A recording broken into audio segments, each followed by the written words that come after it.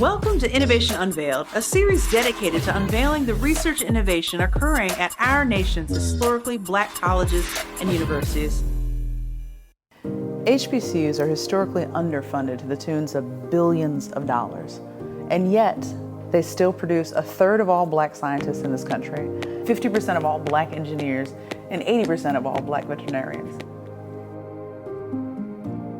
So when I took the role as president, I remember the day when the interim president handed over the keys to me, and she drove away.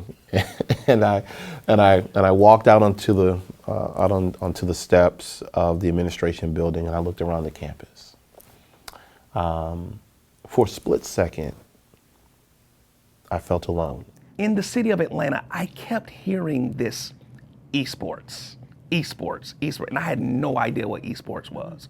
And so I started doing some research on it, and I saw that there were not that many colleges that had degree programs or certifications in esports.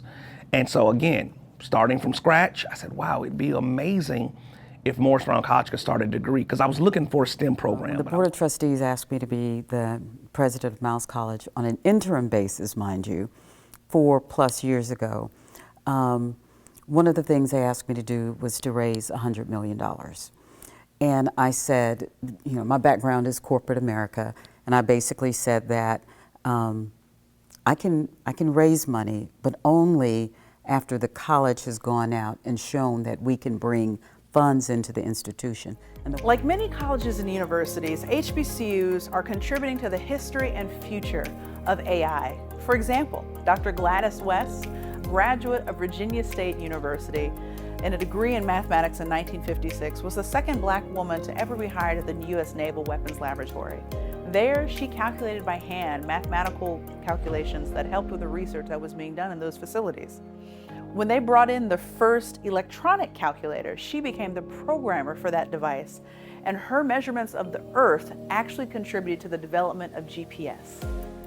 Those outside of HBCUs looking at our research and development dollar expenditures may not fully understand how much institutional investment and work goes into spending every penny of research awards at our schools. And those in the field of research development definitely know those realities. What do you think the average amount of money an HBCU gets in research is? Probably $800,000.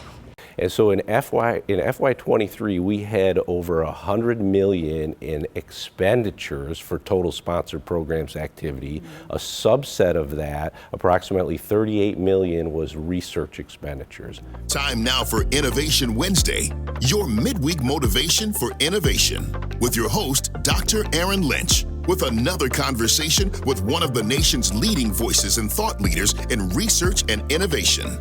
Talk to me about what you guys are doing here at Harris Stowe. That's so different. So first, I'd like to set the stage in the context that we are the only state institution in the city of St. Louis, and we are actually the only HBCU and one of two in the state of Missouri.